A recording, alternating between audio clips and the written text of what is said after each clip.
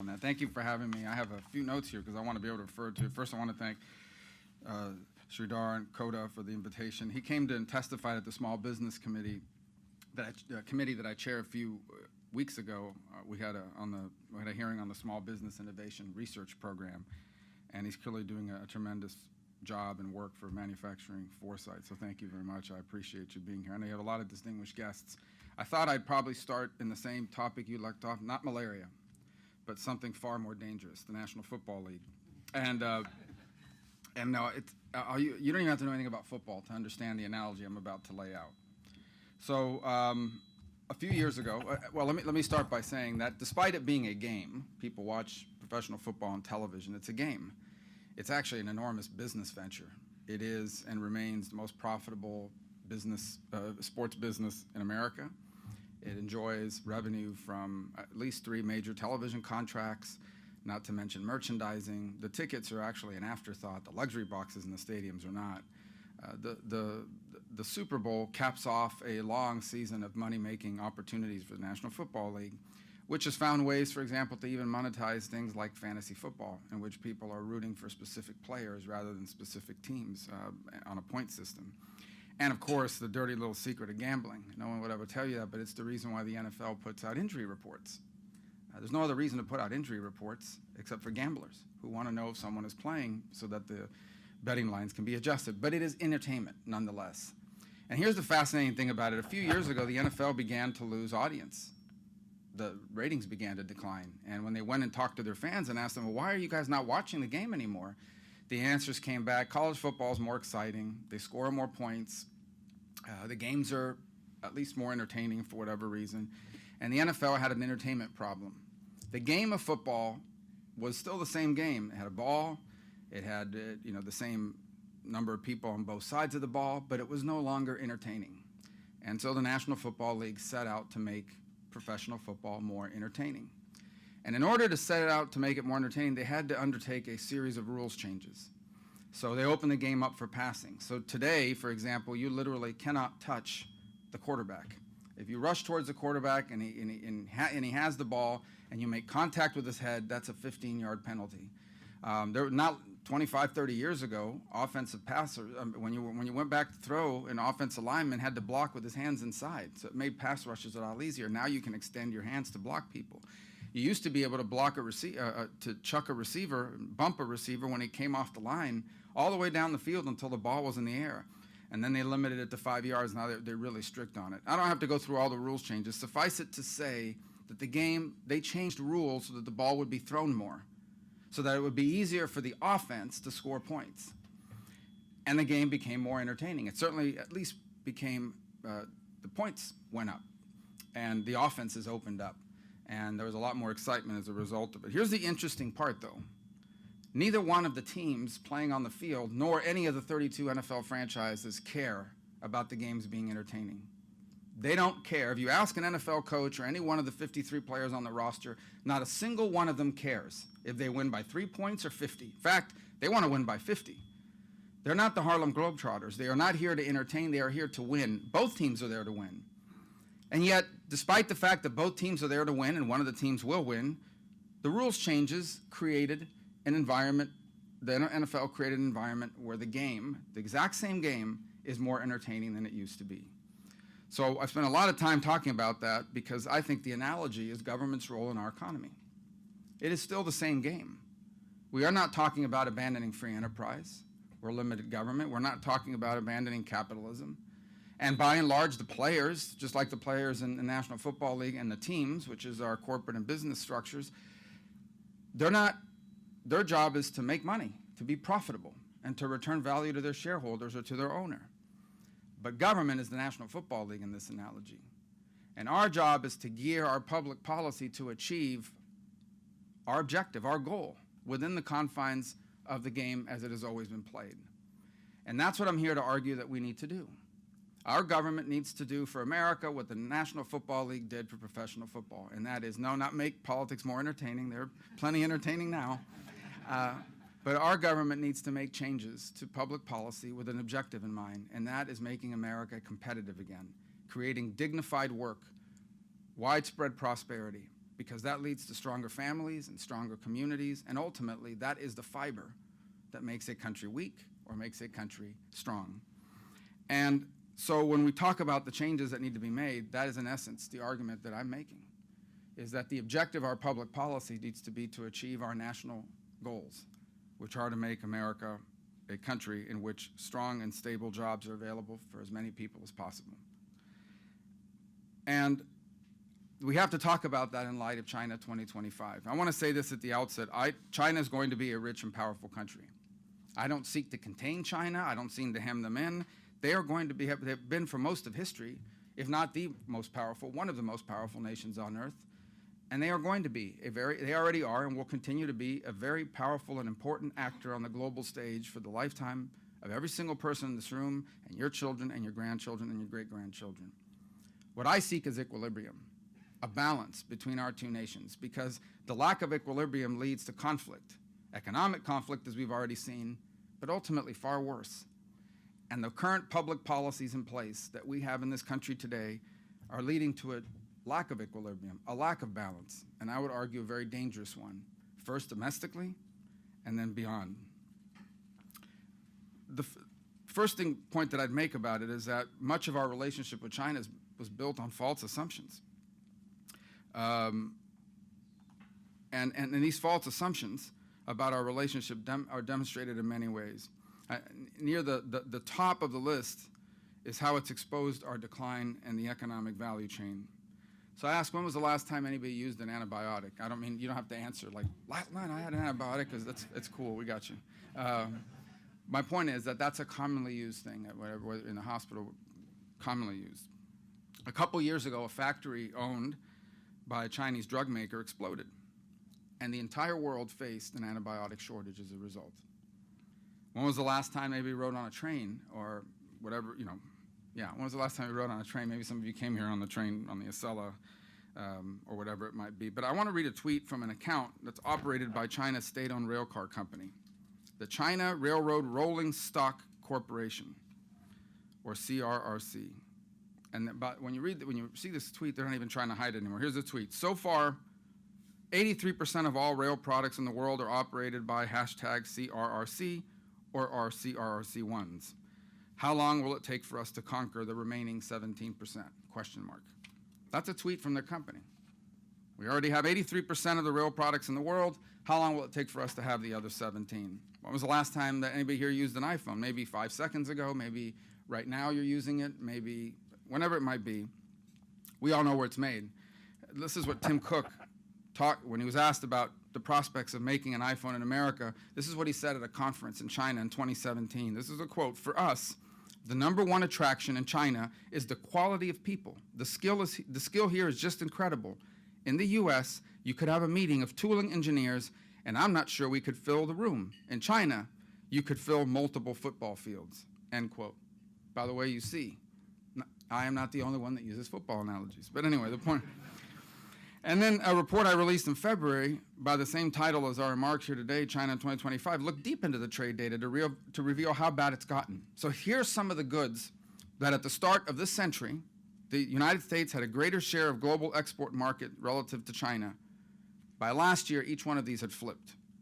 Cargo ships, barges, and excursion boats, ship derricks and cranes, lathes and turning centers, electric motors and generators, turbojets, turbo propellers, and other gas turbines, moving, grading, leveling, scraping, excavating, or boring machinery, and, as I've already mentioned, rail locomotives.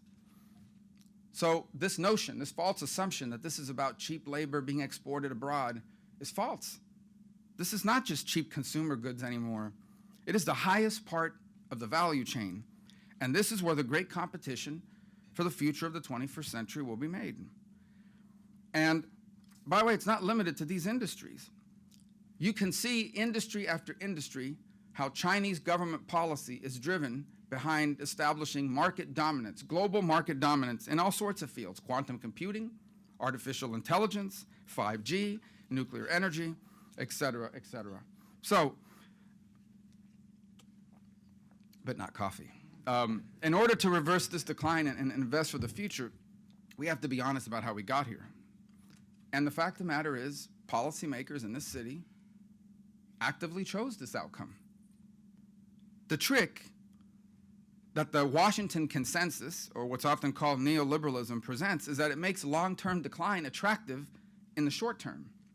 Even today in the trade conflict with China, we have people, important people treated seriously, some who have served in the administration, say we should prioritize services over manufacturing jobs in America because it will make our imports from China cheaper, as if Americans are just consumers, not workers, not fathers and mothers and neighbors and important pillars of our community. Just last week, we had 600 companies, including all the big retailers, basically in a letter asking President Trump to surrender to China on trade negotiations. And I'm not insensitive to what they are facing, but I think in their letter and in the commentary I've seen from some of the Florida-based companies, it actually is proving my point. I already know that we have dozens and dozens of businesses in Florida over whom Beijing's public policy has tremendous leverage over them. If we continue on the road we're on right now, there's going to be even more such companies, more segments of our economy that are under the leverage of decisions being made in another country by another government. And I would just say to you that it goes beyond simply what I've just outlined here with the companies and how these assumptions with regard to the Washington consensus make things work. Specifically, China continues to make substantial investments in advanced manufacturing, and they are significantly outpacing U.S. investment. And that's why it's so important that our public policies align with this important national priority in the 21st century. So it was long-term thinking that built our manufacturing and industrial success in the first place. It wasn't short-term value. Think about how ridiculous some of the language of corporate finance would be in describing some of our greatest innovations in our history. So what was the net present value of Ford Motor Company's bomber factories? Or of Bell Laboratories at the time of its creation in the 1920s? How significant were the agency costs of General Electric's decision to reduce its financial ownership's role in business management? Advanced machinery, chemical formulas and testing facilities, multi-thousand-acre industrial parks, managerial structures, institutional knowledge and worker skills. These are not assets that can be developed ad hoc or as a response to shifts in consumer preference or interest rates. These are capital assets that outlast the working lives of any single business executive or any equity owner, and often outlive even the particular firm itself. The great business historian Alfred Chandler wrote about the consequences of losing this knowledge in his book, Scale and Scope, The Dynamics of Industrial Capitalism. Here's what he wrote. He said, creating and maintaining capabilities is a continuing long-term process, a process that requires sound, long-term perspectives from the decision makers responsible for the health and growth of their enterprise. He continues, where increased global competition has encouraged short-term gains, where decisions and actions have been motivated by the desire to obtain high current dividends or profits based solely on the transactions involved in the buying and selling of companies, at the expense of maintaining long-term capabilities and profits, they appear to have reduced and even destroyed the capabilities essential to compete profitably in national and international markets, end quote. And so my argument here today is that, and has been for some time, is that we need a new national economic consensus, and one that's honest about the sources of our prosperity. I wonder, why do we call ourselves a developed country, as if it's in the past tense? We must always be a developing country, in the sense that we must always be developing. Development is not stagnant. It has to be an ongoing process. To stop developing, what's the alternative? When you stop developing, you are in decline. You are in decline. The second thing we have to come to our senses on is that economic success, the life we know today, the blessings we have in this country, none of these things are guaranteed. They don't happen automatically. And technological progress is not inevitable. We can't just assume that somewhere in America today there's some 15-year-old about to reshape the world with the next great invention. None of these things are guaranteed, nor is this progress inevitable. And economic growth, by the way, is not unleashed or managed.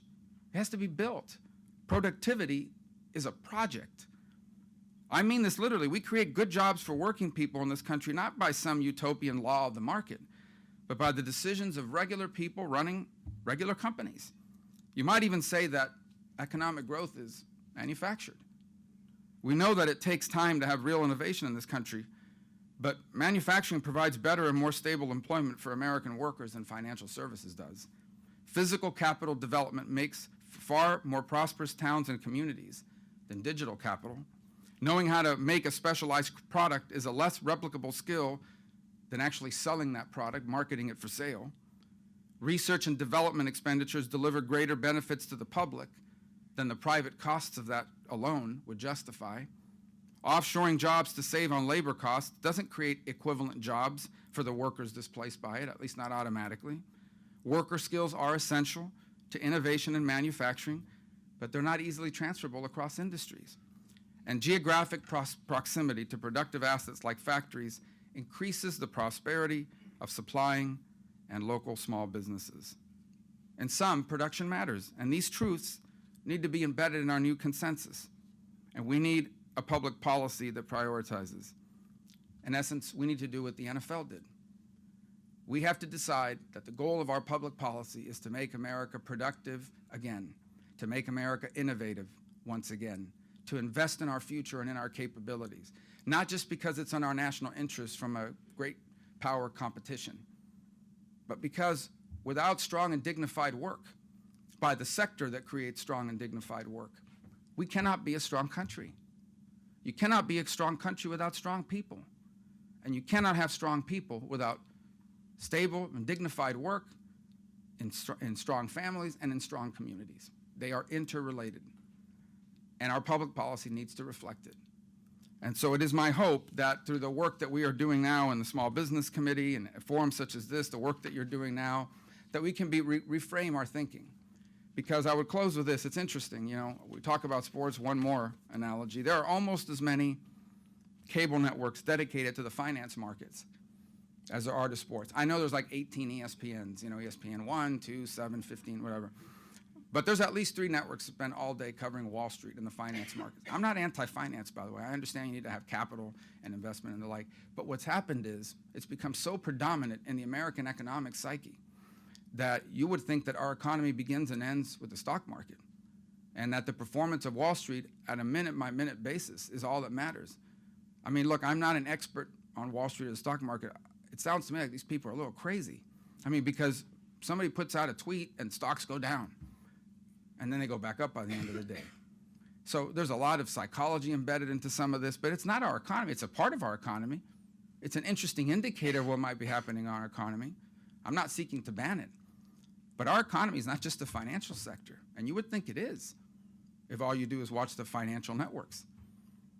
But the truth of the matter is that the things that made America a strong country, the things that allowed us to have strong families and strong communities, frankly, the things that allowed us to win World War II was our productive capacity that took investment and national prioritization. We have to do that again. There's no other way around it. We cannot simply be a service sector economy and expect to retain the benefits of the American century. And I would say to you, the geopolitical consequences of that are extraordinary. Much of the reason why the world looks the way it does today is because the strongest and most powerful country on earth since the end of the Second World War has been a free enterprise democracy. That doesn't make the world perfect or better, but it does point to the fact that there are more free people today on the face of this earth than at any time in human history. And that is not a coincidence.